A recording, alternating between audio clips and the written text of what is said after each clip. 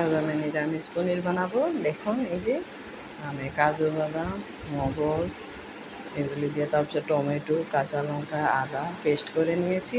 তারপরে যে তেলে দেখুন তেজপাতা ফোড়ন দিয়ে দিয়েছি, আর স্লাইট একটু জিরা দিয়েছি। তারপরে এই যে মশলাটুকু দিয়ে দিলাম। এখন একটু সাতলায় নেব, মশলাটি ভাজা ভাজা করে নেব। ভাজা হয়ে গেছে, তাই একটু আমি সস দিয়ে দিলাম। তারপরে এই যে দেখুন নাড়াচাড়া করে নিলাম। যখন একটু তেল তেল বাড়বে, তারপরে এই যে একটু জল দিয়ে দিছি। উতলান উঠলে আমি পনিরটি দিয়ে দেব। এই যে পনিরও দিয়ে দিয়েছি। দেখুন কি সুন্দর উতলান উঠেছে।